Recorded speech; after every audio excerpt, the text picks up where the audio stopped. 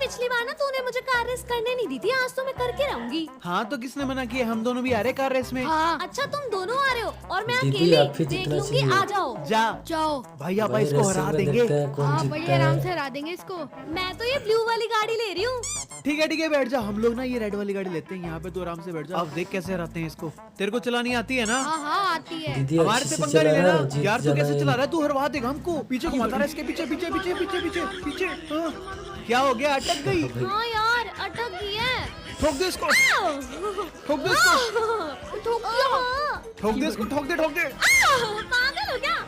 देखा मैंने हरा दिया ना। अरे कहाँ हराया, हम जीते हैं। हाँ कितनी बार ठोक दिया तेरे को? चल भाई निकल बाहर। हरा दिया मैंने इस बार, अगली बार मुझसे पंगा मत लेना। अरे ये क्या हो गया, ये कहाँ फंस गया मैं यार। कोई नहीं, अगले गेम में देखते हैं तेरे को। कोई नहीं। अरे मैं तो टग्गी, इसमें कैसे निकलेगा ये? अरे ये तो टग्गी भाई। अबे चलते हैं यहाँ से। ठीक है बाय। यार रुक जा